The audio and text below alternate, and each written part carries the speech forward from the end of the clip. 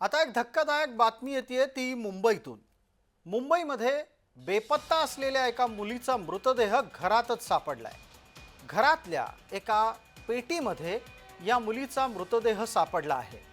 तळोजा औद्योगिक वसाहतीच्या जवळ असलेल्या देवीचा पाडा इथं ही घटना घडली आहे। या परिसरातून एक मुलगी बेपत्ता झाली होती। तिचा मृतदेह तिच्याच राहत्या घरात बंद पेटीमध्ये सापडलाय। कविता लोखंडे आपल्या सोबत जोडल्या गेल्या आहेत। कविता, माझा आवाज आपल्यापर्यंत येतोय? हो हो. ज्या मुलीला बंद पेटीमध्ये मृतदेह स्वरूपामध्ये पाहण्यात आलं, तिची ओळख पटली आहे का? ती मुलगी कोण होती आणि ती बेपत्ता झाल्याची तक्रार कोणी केली होती?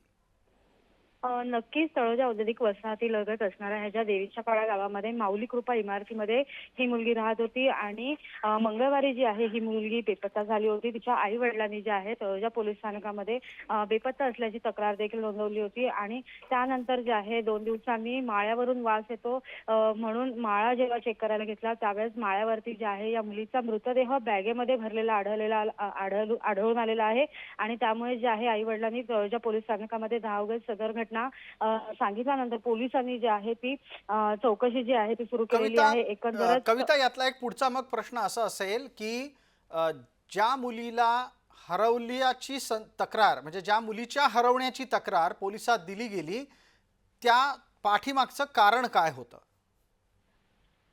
नक्कीच प्रसाद सर, मंगळवारच्या दिवशी जी आहे ही 2.5 वर्षाची हर्षिता शर्मा नावाची जी मुलगी आहे ही खेळत होती आणि खेळताना ही हरवली असल्याचं कळल्यानंतर जे आहे तिच्या घरच्यांनी जे आहे ते तळोजा पोलीस स्थानकामध्ये धाव घेत हा गुन्हा दाखल केला होता। परंतु आता या मुलीचा मृतदेहच पोटमाळ्यावरती आढळल्यामुळे जे आहे परिसरामध्ये खळबळ उडालेली आपल्याला पाहायला भेटते। प्रसाद सर, कविता, आपण एक अत्यंत धक्कादायक तपशील आणखी दिलात की ही अवघी 2.5 वर्षाची मुलगी आहे। 2.5 वर्षाची मुलगी माळ्यावर एका बंद बॅगमध्ये तिचा मृतदेह आढळतो, याच्या मागचे काही संकेत आपल्याला मिळाले आहेत का? पोलीस काय म्हणतात?